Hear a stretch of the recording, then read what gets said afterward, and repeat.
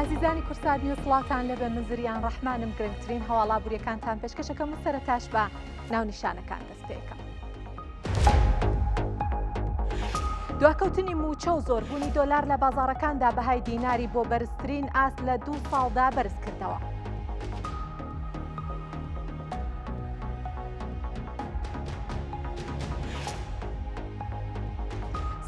پێنج پرۆژەی نیشتەجێبوون لە ناو پارێزگای هەولێردا هەیە. سەرەڕای ئەوەش ژمارەی کرێنشینان لە زیادبووندایە. ئابووری ناسێک گەڵێت نرخی یەکەکان زۆر بەرزە. لە کەرکووک بە جیاوازی 20 کیلۆمەتر دوو شوێنی کێشانی باری لێیە کە شۆفێرەکان ناچارن دوو جار پارە بدەن و ئەوەش نیگەرانی شۆفێرە بار هەڵگرەکانی لێکەوتوەتەوە.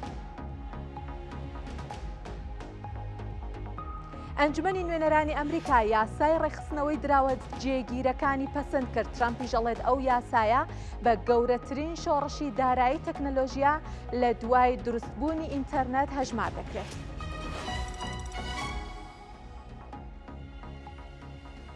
دووبارە سڵاوتان لەبێ. بەهای دینار بەرامبەر بە دۆلار لە سەرەتای مامەڵەکانی ئەمڕۆیە لە بازاڕەکانی هەرێمی کوردستان بۆ بەرزترین ئاست لە 2 ساڵی ڕابردووە بەرز بووەتەوە. هەر 100 دۆلارێک بە 140,150 دینار مامەڵەی پێوەکرێت. زیاتر لە 2 ساڵە دینارە و ئاستەی بخۆیەوە نەبینیوە. وتەبێژی بازاڕی ئاڵوگۆڕی دراو بە کورسان نیوزی وت هۆکاری سەرەکی بەرزبوونەوەی بەهای دینار بۆ ئەوە ئەگەڕێتەوە کە ماوەی 2 مانگە موچە دابش نەکراوە. هەڵبەتە زیاتر لە 2 مانگە موچە دابش نەکراوە و ئەوە بە واتای ئەوە دێت کە بازار بڕێکی کەمتر دیناری تێدایە و ئۆتۆماتیکیان خواست لەسەر دینار زیاد ئەبێت. هەر بەرهەمێکیش بەدراوەوە ئەگەر قەبارەی خستنە ڕوەکەی لە خواست کەمتر بێت نرخەکەی بەرزە بێتەوە کە ئەوەش لە ئێستاە بۆ دینار ڕوویداوە. جەبار گۆران وتیشی هۆکاری دووەم بۆ بەرزبوونەوەی دینار ئەوەیە کە ئێستا بەشێک لە بازرگانان زیاتر لەو بڕێی پێویستیانە بۆ حەواڵە داوا ئەکەن. دواتر ئەو بەشەی کە ئەمێنێتەوە و زیادە لە پێویستی ڕاستەقینەیان لە بازاڕە ئەیفرۆشن، لە بازاڕی ئازادا ئەیفرۆشن. لەلایەکی دیکەوە ئێستا بەهۆی ئەوەی دۆلار لە بازاڕەکانە زۆرە حەواڵە بۆ دوبەی و تورکیا ناقسە.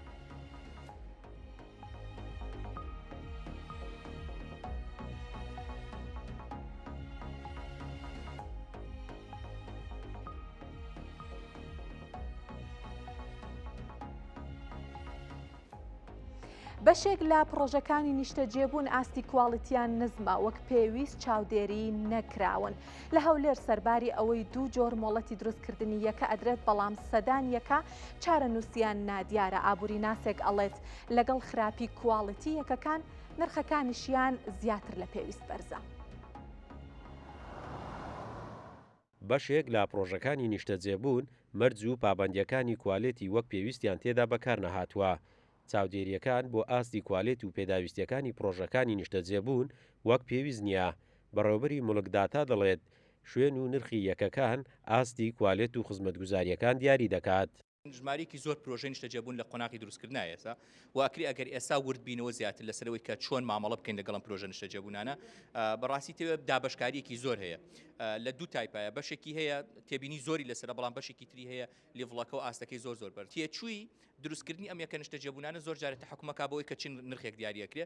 من پێشنیارەکەم قۆناغی داهاتوو قۆناغی جۆرێک لە پابەندبوونێکی زیاتر بە کوالیتیەکانەوە بێ زیاتر نرخەکان لەسەر لۆکیشنەکانە بڕیاری لێ بدرێت. کێشەشی گەورە گرفت بۆ خانوبەرەکانی. ئابووری ناسێک باز لە نزمی کوالێتی بەشێک لەو پرۆژە نیشتەجێبووانە دەکات کە بە نرخێکی بەرز بە هاوڵاتیان دەفرۆشرێت. لە ڕووی کوالیتی و چ لە ڕووی ئەو شوێنانەی کە هەیە لە زستاناندا کە دەبێتە شوێنەکانیان تەنها بۆ گلدانەوەی ئاو دەبێتە بربەستەی خراپ بۆ دەوروبەری ئەو شوێنانە گەڕەکەکان ئاو تێدا کۆ دەبێتەوە کێشەی ئاو دروست دەبێتن چ لە هاوینانیشدا کۆمەڵێک بیر بە شێوەی نایاساین لە ژێرەوەی ژێرزەمینەکان کە کاریگەریان خستۆتە سەر کەمی ئاو لە شاری هەولێردا. بۆ یەک کێشەی کەم ئاوی لە هەولێردا بەشێکی پەیوەستە بەو پرۆژانێکە و پرۆژانە کە دروست کرایە. لە هەرێمی کوردستان جگە لە دەستەی وەبەرهێنان وەزارەتی شارەوانیش مۆڵەتی دروستکردنی یەکە بە وەبەرهێنان دەدات. لە هەولێریشتا ئێستا سەدان یەکە بە نادیاری ماونەتەوە بەبێ ئەوەی وەبەرهێنەرەکە یاخود شوێنی پرۆژەکە دیار بێت. تا ئێستا هەزاران یەکە دروست کراون و هەزارانی تریش لە قۆناغی کارکردندان. لە هەولێر نرخی یەک مەتریەکە لە نێوان 650 بۆ 1100 دۆلارە. سەرباری ئەمانەش ئامارەکانی کرێنشینان ڕۆژ لە دوای ڕۆژ لە زیادبووندایە. قارەمان زەوهەر، کورسات نیوز، هەولێر.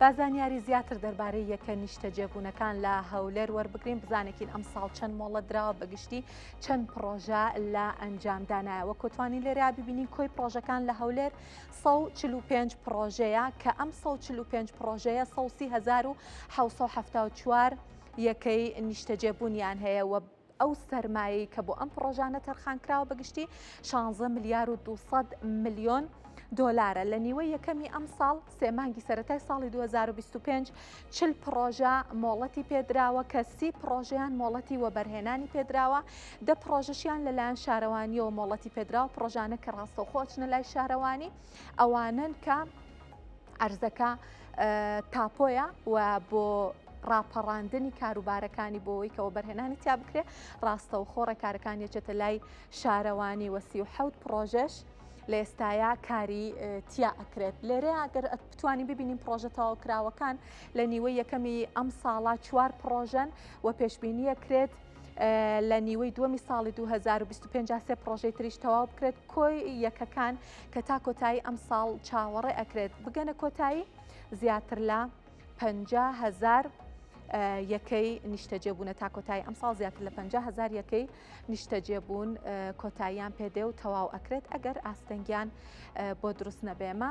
کۆتا زانیاریمان بوو دەربارەی پرۆژەکانی نیشتە جێبوون لە هەولێر و ئەمەوێت لە هەولێرەوە بچمە کەرکووک. کێشانی باری ئەهلی لە دارەمانە لەسەر ڕێگەی کەرکووک بۆ هەولێر بڕی 5,000 لە بار هەڵگرەکان وەرئەگرێت. بە هەمان شێوەش کێشانی باری حکومی لەیە لە تازە خورماو کە بە جیاوازیەکەی تەنها 20 کیلۆمەترە هەمان پارە لە بار هەڵگرەکان وەرئەگرێت. ئەمەش نیگەرانی لای شۆفێری بار هەڵگرەکان دروست کردووە. شۆفێرێکی بار هەڵگر کە عەرەبیشە دوو پسوڵەی بەدەستەوە گرتووە بۆ کامێرەی کورسات نیوز قساکات ئەڵێت نازانێ بۆ تەنها لە سنووری کەرکووک دوو جار ناچارە پارەی کێشانی بار بدات. بەرپرسانی کێشانی باری حکومیش لە تازە خورما و ئەڵێن هەرچی ئەوانەی کەن فەرمیە و پارەی پسوڵەکان بۆ حکوومەت ئەچێت. هەر یەک لەم بار هەڵگرانە بۆ تێپەڕبوون بە سنووری کەرکووک دەبێت دوو جار پارە بۆ کێشانی بارەکانیان بدەن. کێشانێکی بار کە ئەهلیە لە دارەمانە لەسەر ڕێگای کەرکووک هەولێر بڕی 5,000 لە بار هەڵگرەکان وەردەگرێ. کێشانی باری دووەمیش لە تازە خورماتووە و حکومیە هەمان پارە لە بار هەڵگرەکان وەردەگرێ. ئەحمەد شۆفێری بار هەڵگرە نمونەی سەدان شۆفێری تر پسوولەی کێشانی بارەکانی بەدەستەوەیە. بە نیگەرانیەوە دەڵێت نازانن بۆ تەنها لە سنووری کەرکووک دوو جار پارەی کێشانی باریان لێوەردەگیرێ. يابا مهاي المحافظة كركوك. هذا أول بداية من كركوك المنقادي رحمه ومشتم هذا قبان. سرەتا دینە سنووری کەرکووک ئەم پسوڵەیە بۆ کێشانی بار دەبڕین لە دارەمان. ئەمەش پسوڵەی کێشانی بارە لە تازە خورماتوو دەچین و عوزەیەم لەبێشەوە بارەکانمان دەکێشن دەبێ بە سێ شوێنی جیاواز. بەڵام تەنها لە سنووری کەرکووک دوو کێشانی بار هەیە. كركوك قبانين يلا نطلع واللي عبر يرجعونه. من نعبر دارمان يجينا أول قبان. کە لە دارەمان تێپەر دەبین 5,000 دینار پارەی قەپانمان لێوەردەگیرێت. بە دوایدا لە هەر یەک لە تازە و عوزێم و بەغداش هەمان بڕمان لێوەردەگیرێت. ناکرێ بۆ بارێک کە باری دەکەین ئێمە لە ڕۆژێکدا 5,000 پارەی قەپان بدەین. هم 5,000 هم قبان 5,000 يعني باليوم الواحد 5 قبانات احنا جاي نضرب. بەرپرسانی کێشانی باری حکومی لە تازە خورماتوو دەڵێن هەرچی ئەوان دەیکەن فەرمیە و بۆ حکوومەتە پارەی پسوڵەی بارەکان دەچێتە خەزێنەی حکوومەت. بەڵامبوونی کێشانی باری ئەهلی لە سنوورەکە گرفتی بۆ دروستکردوون.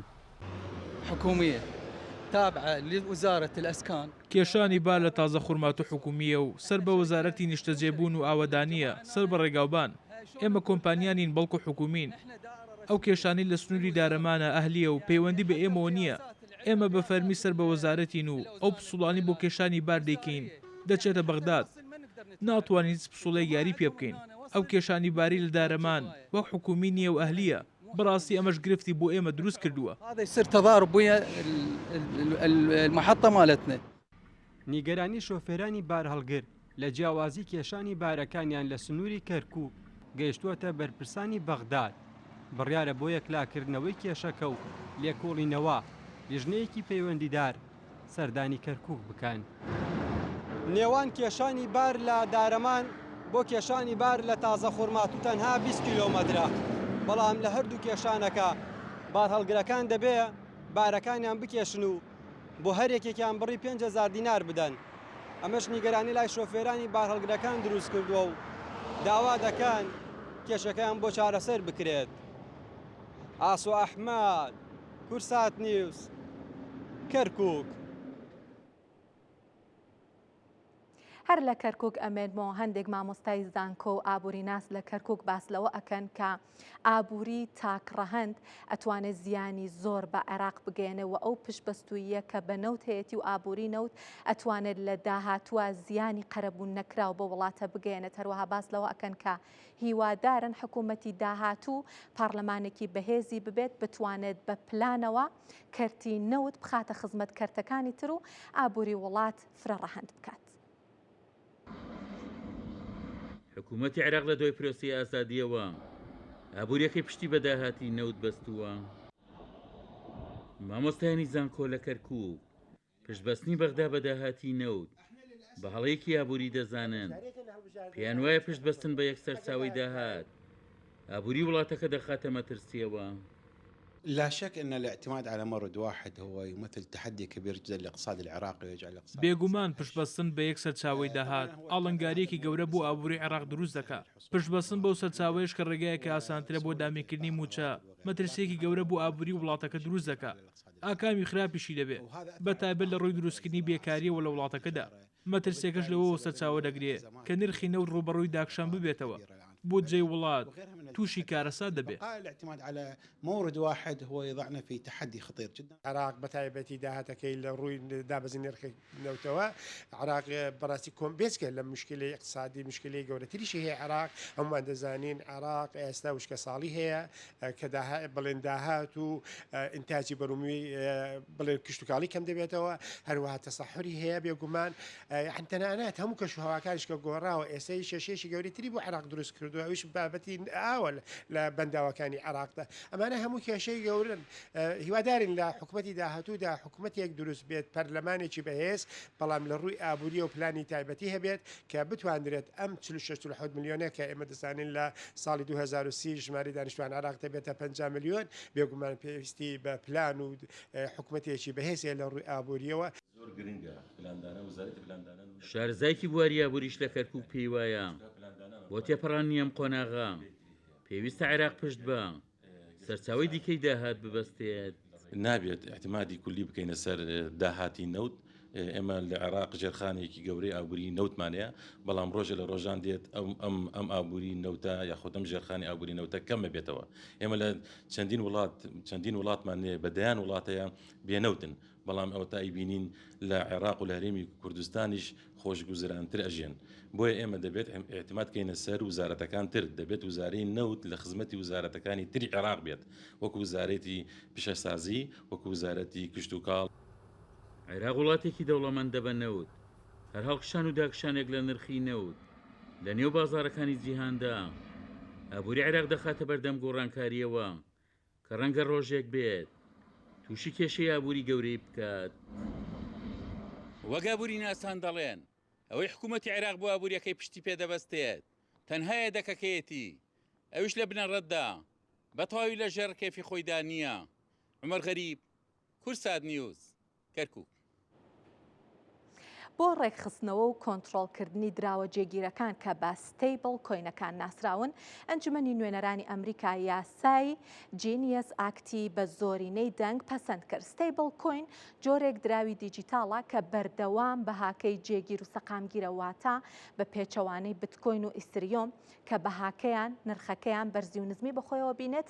دراوە جێگیرەکان یاخود ستیبل کۆینەکان هەمیشە نرخەکەیان $1. دوا بە دوای قبولکردنی یاساکە ترامپ وتی بابەتی بەرزبوونەوەی بازاڕی کریپتۆ لە بەرزبوونەوەی زۆربەی پشکەکان زیاتر بووە بەهۆشیەوە بوونی کریپتۆ هەم بۆ وڵات و هەمیش بۆ دۆلار باشە و ئەکات دۆلار باشتر دەربکەوێت یاخود دۆلار بەهێزتر بێت. هاوکات ترامپ ئەم هەنگاوەی بە گەورەترین شۆڕشی دارایی بواری تەکنەلۆژیا لە دوای داهێنانی ئینتەرنێتەوە ناوبرد.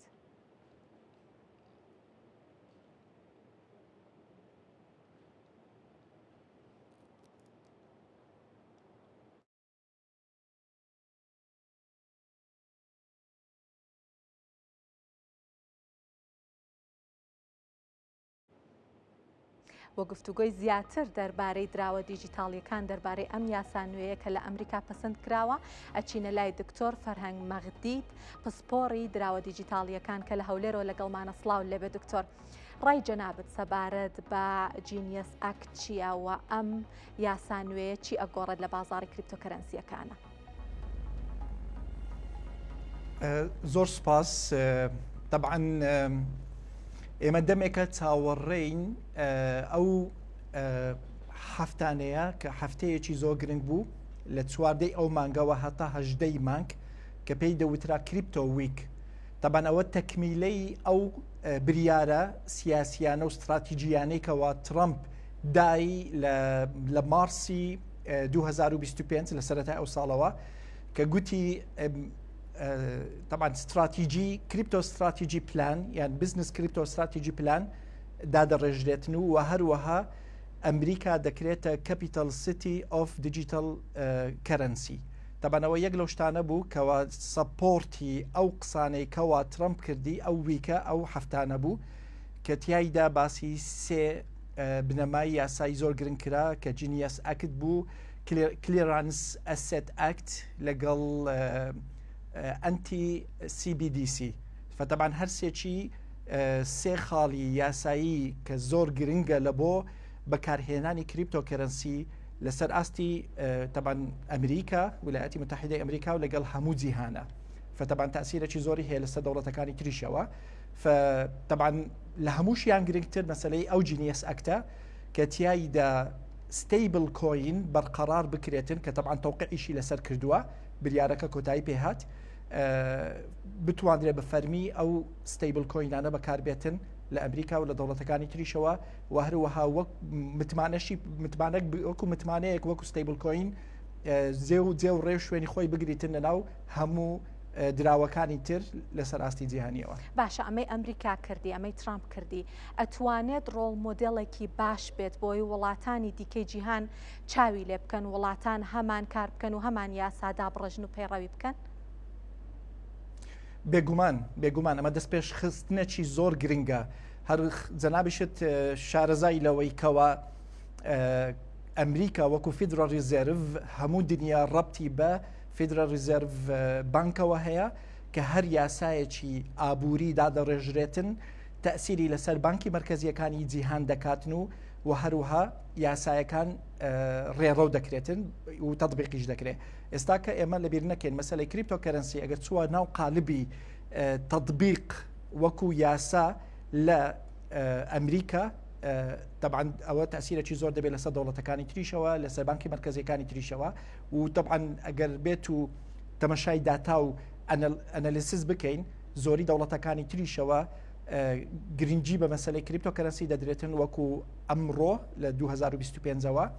هەروەها ڕێنمایی یاساییەکی زۆر دەرچووە لە چەندین دەوڵەتی زڵهێز لە ڕووی ئابوووریەوە وەکو سینگاپور، هۆنگ کۆنگ، دەوڵەتی ئیمارات بالئەخەس دوبەی، طبعاً بەریتانیا یان با بڵێن ئیرۆپیان یونیەن فزۆ گرنگی بەو مەسائلانە دەدرێتن و لە زۆر ڕێڕەوی یاسایی دانراوە بۆ بەکارهێنانی ئەو عملە مشەفەرانە. باشە بەشێک لەو یاسایە کە ترامپیش ئیمزای کرد ئەوەیە کە پێویستە کۆمپانیاکان پەیڕەوی یاساکانی سپیکردنەوەی پارە بکەن. بۆچی بەردەوام سپیکردنەوەی پارە یەکێکە لە مەترسیە هەمیشەیەکانی کریپتۆکەرەنسیەکان بۆچی ئەوەندە لە بازاڕی کریپتۆکەرەنسی لە سپیکردنەوەی پارە ئەترسن؟ بڵێ خۆی ئەگەر بێت و باسی کریپتۆکەرەنسی بکرێتن سەراحەتەن ئێمە وەکو خەبیر کە ئەو کریپتۆ مشەفێرەمان دروست کردیە چارەسەری زۆر کێشەمان کردیە دەبی بچینە ناو تەقنیەکە بچینە ناو تەکنەلۆژیایەکە بەشی تەکنەلۆژیایەکەی کە مەسلەی بلۆکچین ئێمە ئەسڵەن چارەسەری زۆر کێشەمان کردیە یەک لەوانە مەسلەی پارەسپیکردنەوە چارەسەری کێشەی با بڵێن تیرۆر ئەتاک ینی سەپۆرتی تیرۆر ینی زۆر شت هەیە میکانیزم داڕێژراوە لە ناو ئەو تەکنەلۆژیایە بۆ چارەسەری ئەو مەسائلانە فبۆیە هەر لە زووەوە کە لە ساڵەکانی 2009 کە بیتکۆین یەکەم عملە بوو یەکەم بلۆکچین کە هاتە ناو بازار دەوڵەتەکان کە ویستیان تەمەشای بنەمای ئەو کریپتۆیە بکەن وەکو تەکنەلۆژیا دیتیان شتێکی زۆر معقەدە لە ڕووی یاسایی وەکو توکمەیەکی خۆی وەرگرتووە هەتا ئێستا کە نەتواندراوە ڕێگولیتی بلۆکچین بکرێتن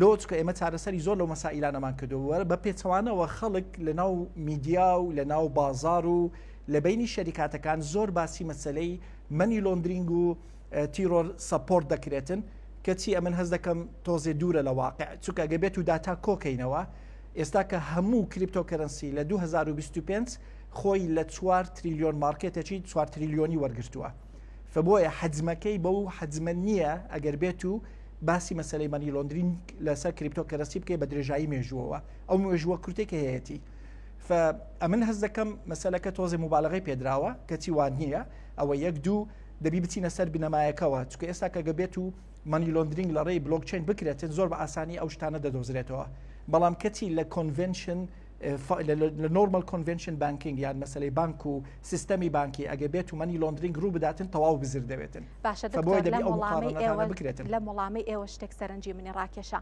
بەڕای ئێوە بلۆکچین بە تەنهایی بەسە بۆ بەرەنگاربوونەوەی تاوانە داراییەکان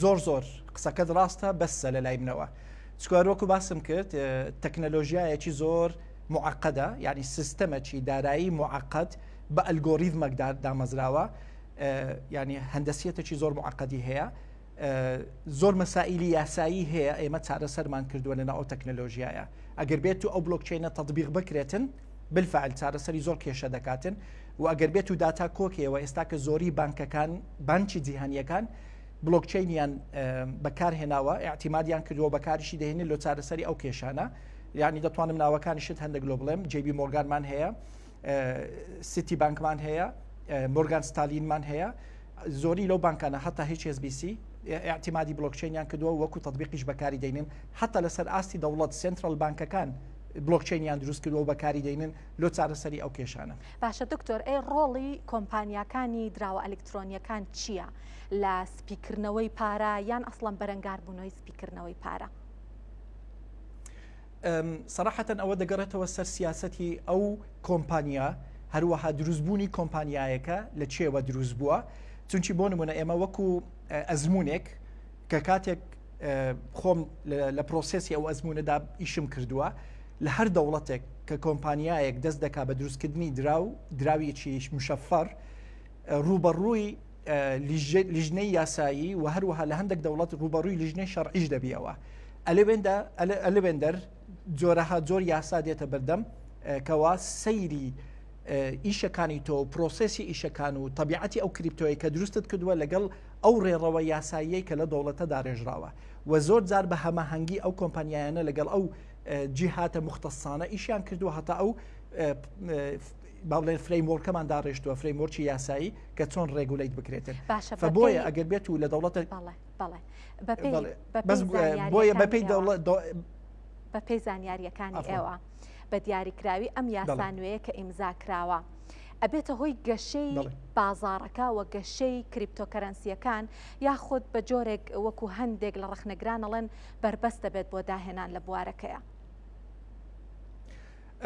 بەڕاستی بەعکسەوە خۆی زۆر جار کە هەندێک هەواڵی پۆزەتیڤ ینی ئیجابی کە دێتن زەمینە خۆش دەکات لە بۆ خەڵک بێگومان خەڵکانێکی زۆر چاوی دەبڕتە مەسلەی کریپتۆکەرەنسی بەڵام ئیستثماری تیان نەکردووە و لە بیریش مەکە ئەمە ئێستا کە لە مەرحەلەیەکی زۆر بیدائینە لە بۆ ئیستثمارکردن لە عالەمی کریپتۆکەرەنسی ئەگەر تەماشاکەین وەکو ئیحسایات لێک بدەینەوە 95 لە مستەثمیرەکانی جیهان ئیستثماریان نەکردووە چاویان لەوەیە کەوە سەبر ڕێنمایی یاسایی دەرچێتن سەبر دەوڵەتەکان لە ئاستی دەوڵەتەوە ئەکسێپتی بکەن هەروەها ئەو ڕێنمایانەی لە بۆ ئەو شەریکاتانی کە تازە جەنابەت باست کرد دابڕێژرێتن کەوا لەسەر شێوازەکی یاسایی ڕێک و پێگەیشتەکانی خۆیان بکەن دراوەکانیشان بناسرێنن چونکە لە هەمان کاتە زۆر شەریکە هەیە کە دراوێک دروست دەکاتن لەوانەیە ئەو دراوە گومان کراو بیتن یان لە بۆ هەدەفێکی معەن کرابێ لە بۆ کاتێکی کورت خەڵکەکی زۆر پارەی تیادا دەسووتێنیتن بەڵام ئەو ڕێنمایە یاساییانە کە دادەڕێژرێتن زۆر سوودی دەبێتن و تەسیری دەکاتن لەسەر ئەو پرۆسسەیە. دکتۆر ئێوە داهاتووی ستیبل کۆینەکان چۆنە بینن ئەتوانێت ببێ بە جێگرەوەی دۆلاری دیجیتال؟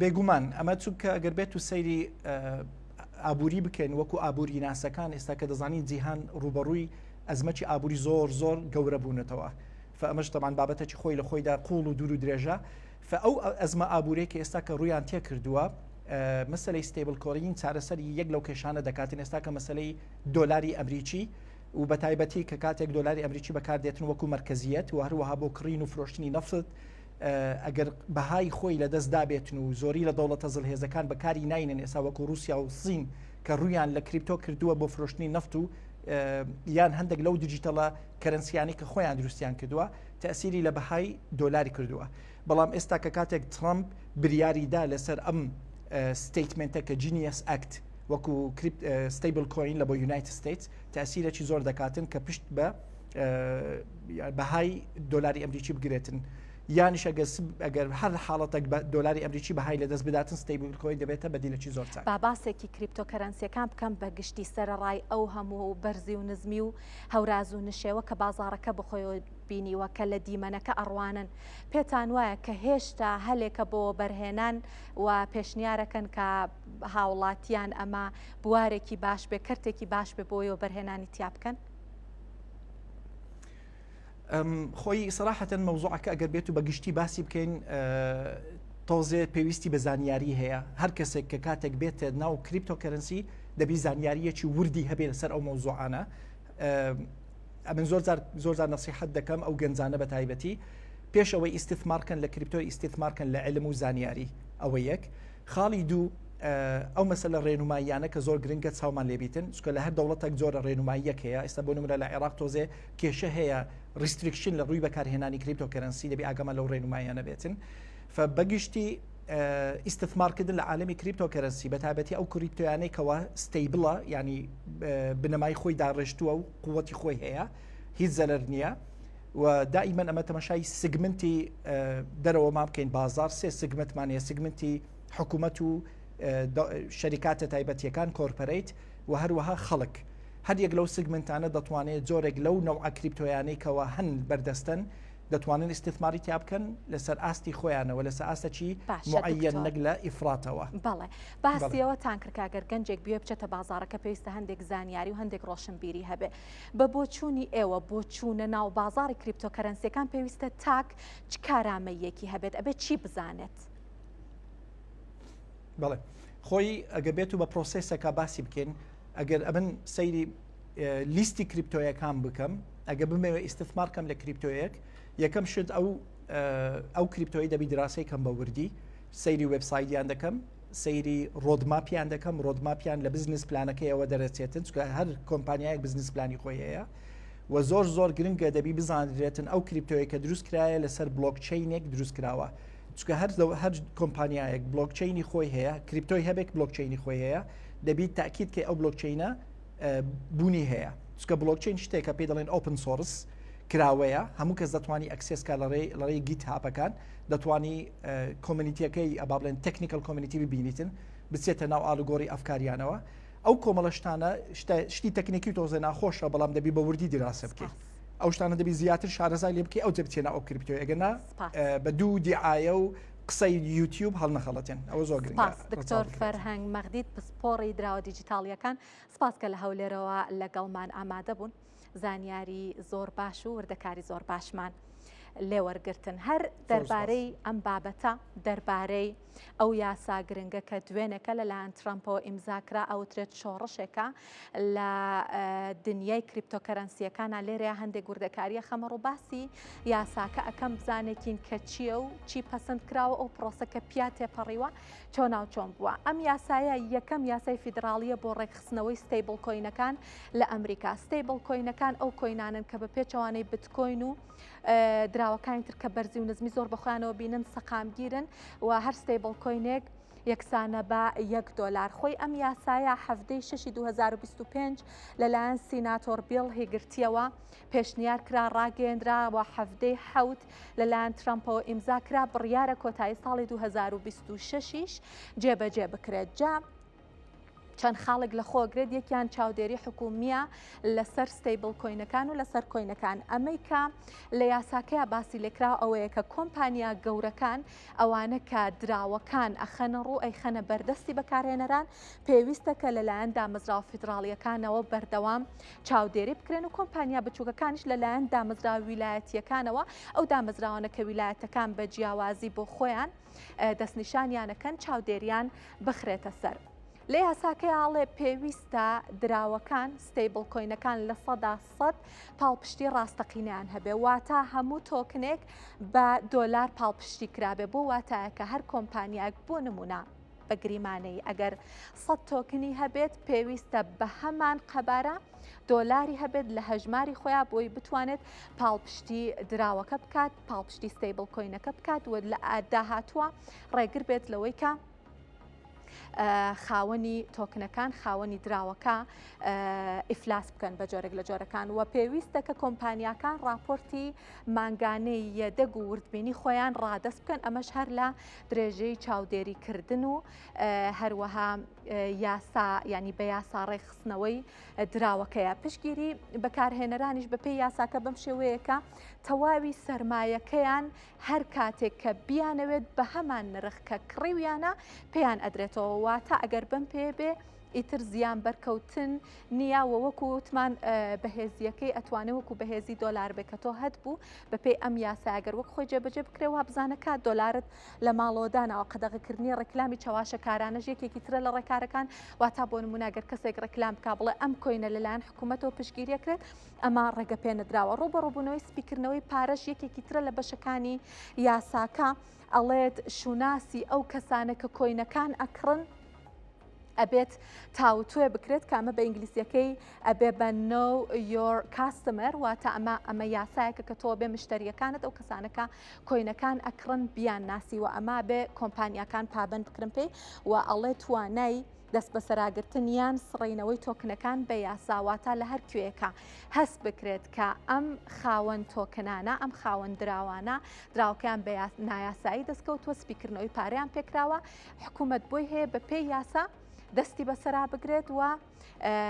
یان بیسڕێتەوە نەیهێڵێت ستیبل کۆینەکان ژەگەرمێ بۆتان باس بکەم وەکوتم ستیبل کۆینەکان بە پێچەوانەی بتکۆین و دراوەکانی تر ناسەقامگیر نین جێگیرن بەهای بازاڕیەکان لێستیا $264.7 ملیار و قەبارەی مامەڵەکردنیش لە 24 ساعتا 176.9 ملیار کە پێشبینیە کرێت بەهای بازاڕیەکەی تا ساڵی 2030 بۆ 3 تریلیۆن و 700 ملیار $، بەرز ببێتەوە مە دوای پەسەندکردنیم یاسا دوای ئیمزاکردنیم یاسا لەلایەن ترامپەوە کە بانکەکان و دامەزراوە گرنگەکانی جیهان ئەو پێشبینیان بۆ کردووە کە قەبارەکەی بەرزبوونەوە تۆمار بکە بەناوبەنگترین ستیبل کۆینەکانیش بریتین لەمانەیەکیان USDTە کە بڵین بەهای بازاڕیەکەی 160.8 ملیار $، USDCە کە 64.7 ملیار $، بەهای بازاڕیەکەی و World Liberty Financialش کە 2.2 ملیار $، بەهای بازاڕیەکەیەتی ئەمە کۆی زانیاریەکانمان بوو سەبارەت بە ئەو یاسایە کە لەلایەن ترامپەوە پەسەند کرا و هەروەها دەربارەی ستیبل کۆینەکان. بەڵام جیاواز لە بابەتی کریپتۆکەرەنسیەکان یەکێتی ئەوروپا هەژدەیەمین پاکێجی سزاکانی ڕووسیای پەسەند کرد کە گرنگترین خاڵی کەمکردنەوەی سەقفی نرخی نەوتی رووسیا لە $60 بۆ $47.60.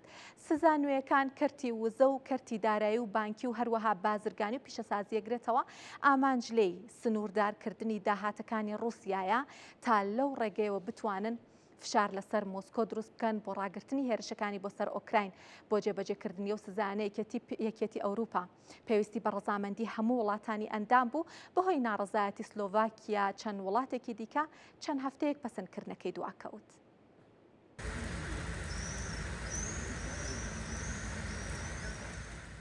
بەهۆی درێژە کێشانی هێرشەکانی رووسیا بۆ سەر ئۆکراین یەکێتی ئەوروپا جارێکی دیکە بە ئامانجی سنووردارکردنی ئابووری جەنگی رووسیا و ڕێگریکردن لە دەربازبوونی ئەو وڵاتە لە سزاکان قورسترین و بەربڵاوترین پاکێجی سزاکانی پەسەند کرد.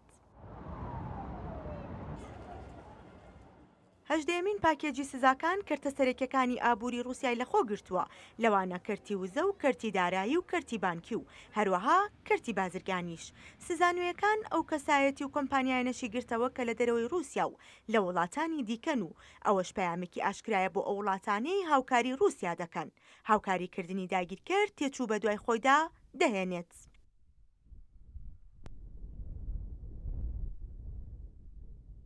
یەکێتی ئەوروپا یەکێک لە قورسترین پاکێجەکانی سزای بەسەر رووسیا سەپاندووە کە هەندێک لە ئابووری ناسان پێیان وایە یەکێک لە کاریگرترین ڕێکارەکانی یەکێتیەکە دەبێت دژی مۆسکۆ. گرنگترین خاڵی سزاکان کەمکردنەوەی سەقفی نرخی نەوتی رووسیایە لە $60 بۆ $47.60. بەرپرسانی یەکێتی ئەوروپا دەڵێن هەتا ڕاگررتنی هێرشەکانی مۆسکۆ بەردەوام دەبن لە فشارەکانیان. پێداچوونەوەیەک بە کاریگەریەکانی سزاکانی پێشوودەری دەخا بەشێکی زۆری نەوتی رووسیا بە نرخێکی بەرزتر لەو سەقفە فرۆشراوە کە بووی دیاریکراوە.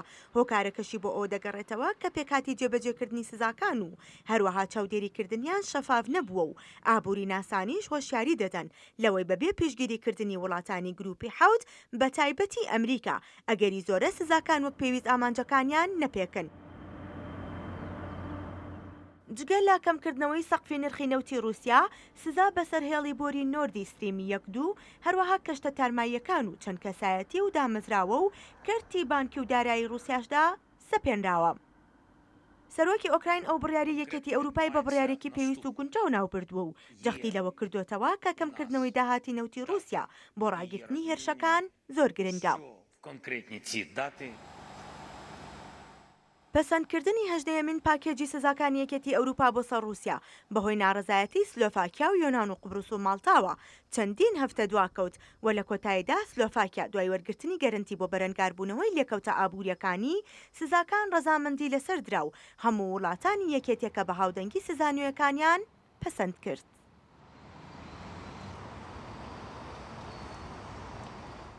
هەردووە بە دوای هێرشەکەی رووسیا بۆ سەر ئۆکراین وڵاتانی یەکێتی ئەوروپا بەردەوام سزایان خستە سەر ئەو وڵاتە بۆی کە بتوانن لە ڕێگەی سنووردارکردنی داهاتەکانی رووسیا و بە تایبەتی سنووردارکردنی داهاتی نەوتی و داهاتی وزەی ئەو وڵاتە ڕێگر بن لەوەی کە زیاتر هێرشەکانی بۆ سەر ئۆکراین بەردەوام بێت و پەریان پێبات. لێرە باسی ئەم سزا نوێیانەکەین کە یەکێتی ئەوروپا لە دوایین بڕیاریا بەسەر رووسیا سەپاندوویەتی کە چەند بەش لە خۆیەگرێ کەمیان سزاکانی سەر کەرتی وزەیە. سەقفی نوێیان بۆ نرخی نەوتی رووسیا دیاری کردووە. پێشتر سەقفی نرخی نەوتی رووسیا $60 بوو و ئەگەر نەوتی رووسیا واتە بە زیاتر لەو نرخە بفرۆشرایە هیچ خزمەتگوزاریەکی دارایی و بیمە نەی ئەگرتەوە. بەڵام ئێستا لەبەرەوەی کە نرخی نەوت لە سێمانگی ڕابردووە بە تێگڕایی دابەزینی تۆمارکردویەکێتی ئەوروپا پێی وایە کە ئەو سەقفی $60 هیچ کاراییەکی نەماوە بۆیە هەوڵیان داوە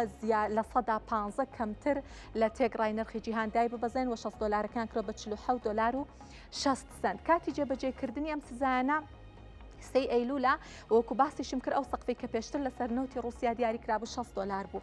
سزای هێڵی بۆری نۆرد ستریمی 1 و 2 ئەم هێڵە بەردەوام سزای لەسەر بۆ لەسەر وڵاتانی ڕۆژ ئاوایی و بە تایبەت یەکێتی ئەوروپاوە ئەڵێ هەموو جۆرە مامەڵەیەک کە پەیوەندی بەو هێڵەوە هەبێت سزای سەر ئەخرێت واڵێ هەر جۆرە دابینکردنی کاڵاو خزمەتگوزاریەکیش بۆ ئەو هێڵی بۆریانە سنووردار ئەکرێت. با زانیاری زیاتر هەر لەم بارەیەوە وەربگرین بزانین سزای تریان بۆ چ کەرتێکی تری رووسیا دابین کردووە. سزاکانی کەرتی وزە دیسانەگەر درێژە پێبین یەکەمیان بەرهەمە نەوتیەکانی رووسیا سزای خراوەتە سەر واتە هەر بەرهەمێک کە لە نەوتی رووسیا بەرهەم هاتبێت تەنانەت ئەگەر لە ناو رووسیاژ نەکرابێت بە بەرهەمەکانی تر و لە دەروی رووسیا ئەنجام درابێت سزای لەسرە و ئەڵێ هاوردەکەی سزای لەسەرەوە تا ناکرێت و بەرهەمانەکە لە نەوتی رووسیا دروستکراون هاوردە بکرێت ئەڵێ لە وڵاتی سێمیش ئەگرێتەوە هەروەها ئەڵە جگە لە کەنەدا و نەرویج و سویسرا و بەریتانیا و ئەمریکاوە تا نەوتی رووسیاگە لەم وڵاتانە بکرێت بە بەرهەمی نەوتی سزاکە نایگرێتەوە. کەشتی تارماییان سزاداوە رووسیا لە ڕێگەی کەشتێ تارماییەکان و تا ڕادێکی زۆر خۆی دەرباز کردبوو لە سزاکان ئەم کەشتیانە نەوتی رووسیا و وڵاتانی سزادرا و بە ئاڵای وڵاتانی تر ئەگوێزنەوە ئەم سزانویانە 105 کەشتی گرتوێتەوە بەگشتی 445 کەشتی تارمایی سزادراون و دامەزراوە کەسایەتی دیکەش چوونە ژێر سەبەری سزاکان یەکێتی ئەوروپا. یەکێک لەوانە پاڵاوگەی نایارایە لە هەندستان کە ئەم پاڵاوگەیە بەشی هەرە زۆری هی کۆمپانیای ڕۆسنەفتی رووسیە بۆیە یەکێتی ئەوروپا سزای خستوەتە سەر. سزاکانی کەرتی دارایی و بانکیش بەم شێوەیە یەکەمیان قەدەغەی مامەڵەی بانکیە 22 بانکی نوێ خراونە سزاکان یەکێتی ئەوروپاوە بەگشتی هەتا ئێستا 45 بانکی رووسیا بە هەموو جۆرێک ناتوانن مامەڵە لەگەڵ بانکەکان یەکێتی ئەوروپا بکەن. قەدەغەکردنی دەستگەیشتنی حکوومەتی رووسیا بە سۆفتوێرەکان و خزمەتگوزاری بانکی حکوومەتی رووسیا ناتوانێت دەستی بەم خزمەتگوزاریانە ڕابگات و دامەزراوە داراییەکانیش کە سزا دراون یەکیان وە گرنگترینیان ینی دامەزراوەیەکی دارایی رووسیا بە ناوی سندوقی وەبەرهێنانی ڕاستەوخۆی رووسیا هەر جۆرە وەبەرهێنانێکی ئەو سندوقەش سزای خراوەتە سەرواتاگە لە شوێنێک لە پرۆژێک ئەم سندوقە وەبەرهێنانی کردبێ لەلایەن یەکێتی ئەوروپا ئێستا سزای لەسرە و دامەزراوەکانی تریش کە لە دەرەوەی رووسیان بەڵام لە خزمەت ئابووری رووسیان سزایان خراوەتە سەر دامەزراوەی دارایی و کۆمپانیای دراوە دیجیتاڵیەکان ئەگرێتەوە. ئەگەر زانیاری زیاترمان هەبێ هەر دەربارەی ئەم بابەتەوە دەربارەی سزانویەکان یەکێتی ئەوروپا بۆ سەر رووسیا بەڵێ سزای بازرگانی و هەناردەی سەربازی و پیشەسازیش ئەمە بەشێکی ترن لە سزاکانی یەکێتی ئەوروپا.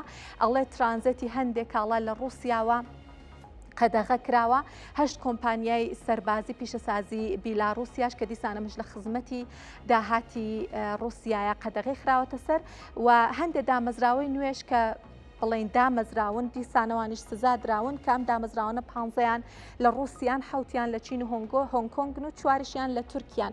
بەرهەمی تەکنەلۆژیاش سزای خراوەتە سەر بە بەهای 2.5 میلیارد دلار و هەندێک دامەزراوە کەسایەتیش کە 14 کەسایەتی و 41 دامەزراوە ئەگرێتەوە لەلایەن یەکێتی ئەوروپاوە لە دوایین بڕیار و دوایین پاکێجە سزایان خراوەتە سەر. بەڵام لە رووسیاوە ئەچینە لای داهاتی کۆمپانیای دایملەر تراک کە یەکێکە لە گەورەترین کۆمپانیاکانی دروستکردنی بار هەڵگر لە جیهانە. کۆمپانیاکە ڕایگەیاندووە بەهۆی کەمبوونەوەی خواست لە بازاڕەکانی ئەمریکا فرۆشتنی چارەکی دووەمی بەڕێژەی لە سەدا 5 دابەزینی بەخۆیەوە بینیوە. بەپێی داتای کۆمپانیاکە فرۆشی ئۆتۆمبیلە بار هەڵگرەکانی لە ئەمریکای باکوور لە 3 مانگی ڕابردووە بەڕێژەی لە سەدا 20 دابەزیوە گەیشتوتە 38580 ئۆتۆمبیل. کۆمپانیای دایملەر تراک ئاماژەی بۆش کردووە کە لە چارەکی دووەما 16,715 بار هەڵگر و پاسی فرۆشتووە لە کاتێکا ساڵێک پێشتر 112,195 بار هەڵگر و پاسی فرۆشت بوو.